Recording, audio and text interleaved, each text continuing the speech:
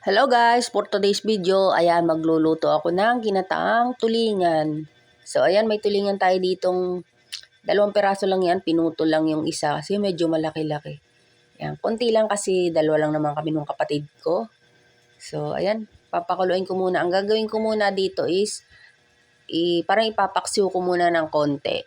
So bago ko ilalagay yung mga iba pang sangkap na gata at saka gulay, 'di ba? Ganon din ba yung maginataan na tulingan or ibang isda na ginagataan, parang ipapaksiw muna.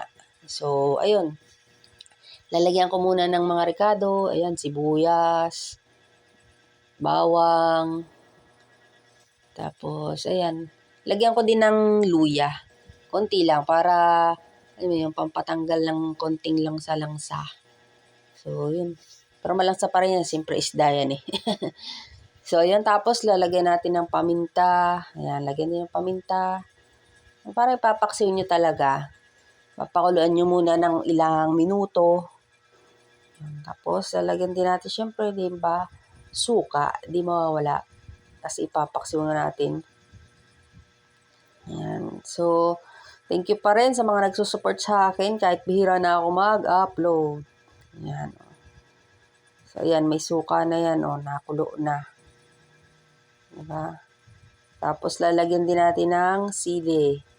Ayan. Bahala na kayo kung anong sili, kung kagaya na yan, green, at saka yung kulay red. Yung ay labuyo. So, ayan. Pakuluin lang yan ng konti. Tapos, lalagyan ko din siyempre ng konting tubig yan. Para mapakuluan pa natin ng maayos. So, ayun lang. At panoorin nyo ang aking niluluto.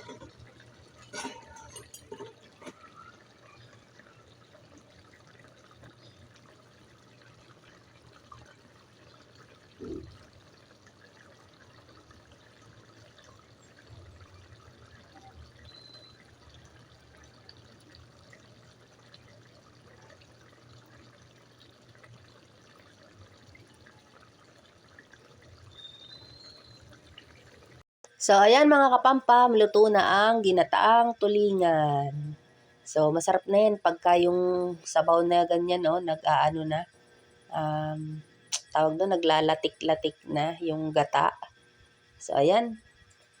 'Di ba? Kala mo lang ang daming tingnan kanina, pero konti lang talaga yan, oh. Pero mas masarap din yan kung mayroon kayong mustasa. Pechay kasi yung nalagay ko, tsaka talong. So, ayan, napakasarap na ginatang tulingan. So, kung meron kayo dyan tambakol, ay, ang sarap din nun. Tambakol ba yun? Yung isda na malaki. Thank you for watching mga kapampam. Kain na tayo.